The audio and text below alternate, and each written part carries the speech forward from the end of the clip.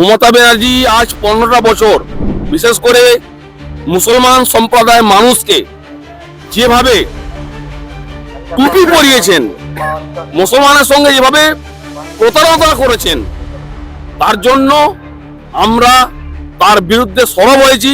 মমতা ব্যানার্জি বলেছিলেন যে ওয়াকফ বিল আমরা মানছি না, ওয়াকফ বিল আমরা মানব না, মানুষের পাশে যাব এবং আমরা আমাদের সংগঠনটাকে ঐক্যবদ্ধ করব।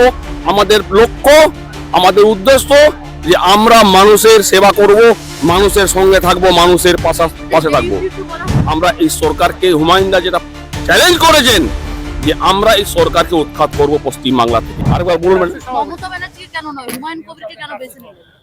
দেখুন, মমতা ব্যানার্জি আজ 15টা বছর বিশেষ করে মুসলমান সম্প্রদায়ের মানুষকে যেভাবে টুপি পরিয়েছেন, মুসলমানের সঙ্গে যেভাবে প্রতারণা করেছেন, তার জন্য আমরা তার বিরুদ্ধে সরব হয়েছি এবং মুসলমান সমাজের সমস্ত মানুষ ঐক্যবদ্ধ হয়েছে।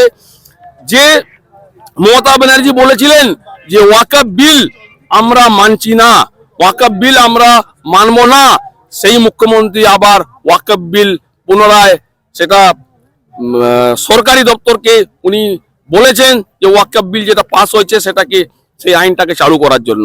তাই এই দ্বিচারিতা ভাব মুখ্যমন্ত্রীকে আমরা কঠোর জবাব চাই, এই দুর্নীতিগ্রস্ত সরকারকে আমরা কঠোর জবাব দিতে চাই।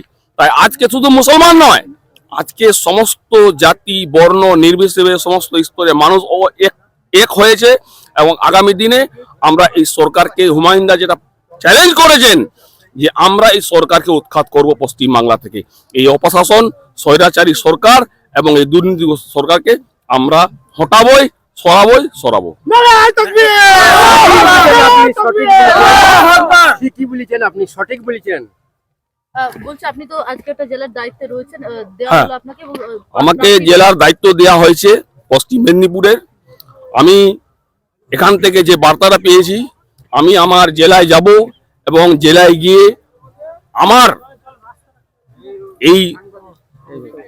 আমাদের জনতা উন্নয়ন পার্টির যে বার্তাটা আমরা নিয়ে যাব এবং সারা জেলায় আমরা এটাকে বিস্তার করব এবং মানুষের পাশে যাব এবং আমরা আমাদের সংগঠনটাকে ঐক্যবদ্ধ করব।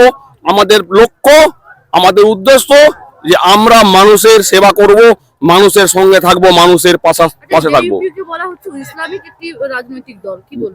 না, এটা সম্পূর্ণ ভুল ধারণা, এটা ভুল ধারণা, ভুল বার্তা দিচ্ছেন। আগামী দিনে প্রমাণ হবে সবকিছু। আরো ভালো ভালো খবর দেখতে সাবস্ক্রাইব করুন বাংলা হান্টের ইউটিউব চ্যানেল।